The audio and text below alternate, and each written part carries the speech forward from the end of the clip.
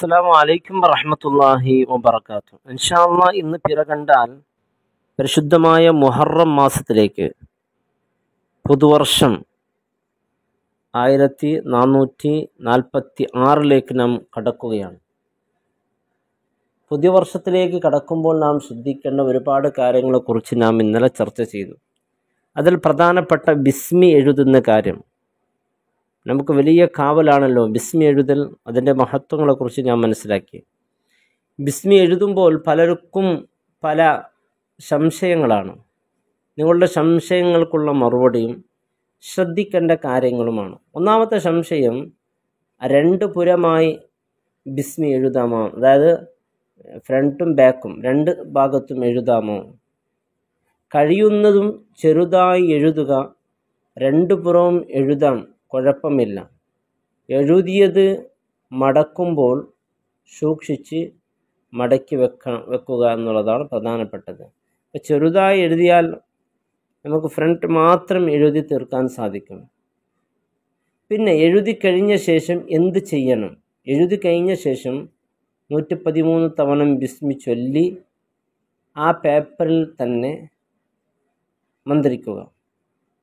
ദിവസം 113 തവണ ബിസ്മി പതിവാക്കി വരിക. എഴുതുമ്പോൾ വീട്ടിലുള്ള എല്ലാവരും ബിസ്മി എഴുതി വെക്കണമെന്ന് ചോദ്യമുണ്ട്. ആരെങ്കിലും ഒരാളും എഴുതിയാൽ മതിയോ? കുടുംബത്തിൽ ഓതാനും എഴുതാനും കഴിയുന്ന ആരെങ്കിലും ഒരാൾ എഴുതിയാൽ മതി.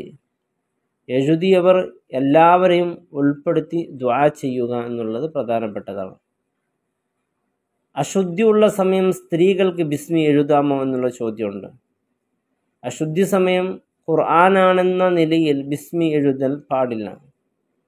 ദിക്ർ ആണെന്ന് കരുതി ബിസ്മി എഴുതാവുന്നതാണ്. 113 തവണ എഴുതാൻ എന്താണ് വഴി? കാരണം തെറ്റുപോകുമല്ലോ. അതുകൊണ്ട് എന്ത് ചെയ്യും? അതിലേക്ക് 10 തവണ എഴുതുക. ഇടയിലൊരു ഗ്യാപ്പ് നൽകുമ്പോൾ പെട്ടെന്ന് നമുക്കത് തിരിയും. അല്ലെങ്കിൽ എഴുതിക്കൊണ്ടിരിക്കെ എത്ര എണ്ണമായി എന്ന് നോക്കുക.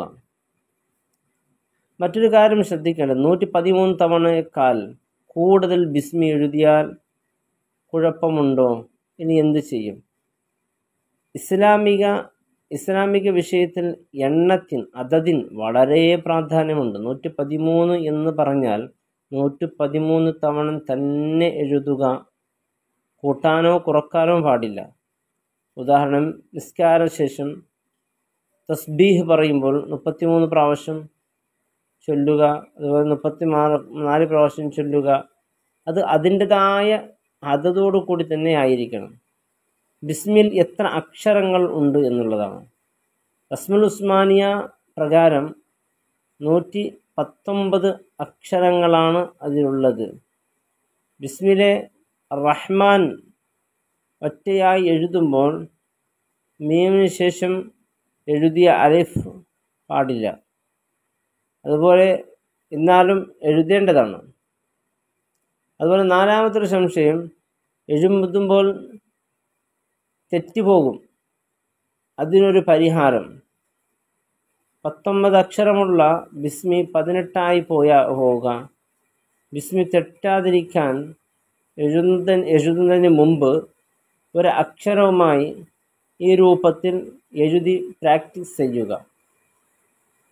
അതുപോലെ അർക്കത്തോടു കൂടി എഴുതാമോ എന്നാണ്. അർക്കത്തോടു കൂടി ബിസ്മി എഴുതാമെങ്കിലും ഹർഫുകൾ ശക്തി വരുന്നതും ഒറ്റ അക്ഷരങ്ങളായി എഴുതുമ്പോഴാണ് അതിൻ്റെ ഫലം, അതിലുള്ള ഹിക്മത്ത് ഒളിഞ്ഞിരിക്കുന്നത്. അതിനാൽ ബിസ്മി ഒറ്റ അക്ഷരങ്ങളായി എഴുതലാണ് ഏറ്റവും നല്ലത്. അതോടൊപ്പം എങ്ങനെയാണ് എഴുതേണ്ടത്? ബിസ്മി എഴുതുമ്പോൾ അല്പം ചെറുതായി എഴുതുക, വളരെ വലുപ്പത്തിൽ എഴുതാതിരിക്കുക എന്നുള്ളതാണ്. അതുപോലെ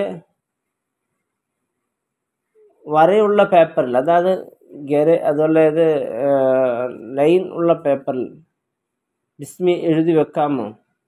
വരയില്ലാത്ത അല്പം നീളം കൂടിയ പേപ്പറിലാണ് എഴുതേണ്ടത്. അതാണ് ഏറ്റവും നല്ലത്.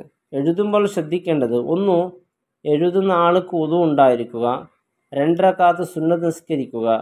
ഖിബ്ലക്ക് മുന്നിട്ട് എഴുതുക. അംബിയ ഔലിയാക്കളുടെ പേരിൽ ഫാത്തിഹ ഓതുകയും ഈ രീതിയൊക്കെ നാം ശ്രദ്ധിക്കണം. അല്ലാഹു റബ്ബ് സുബ്ഹാനഹു വ തആല എല്ലാവർക്കും ഖൈറും സന്തോഷം റാഹത്തും നൽകട്ടെ.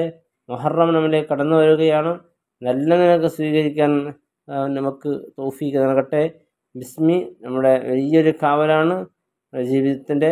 അതുകൊണ്ട് എല്ലാവരും എഴുതാൻ മടിക്കരുത്. അല്ലാഹു റബ്ബ് സുബ്ഹാനഹു വ തആല ഇതിനുള്ള അവസരം അല്ലാഹു നൽകി അനുഗ്രഹിക്കട്ടെ. അസ്സലാമു അലൈക്കും വറഹ്മത്തുള്ളാഹി വബറകാതുഹു.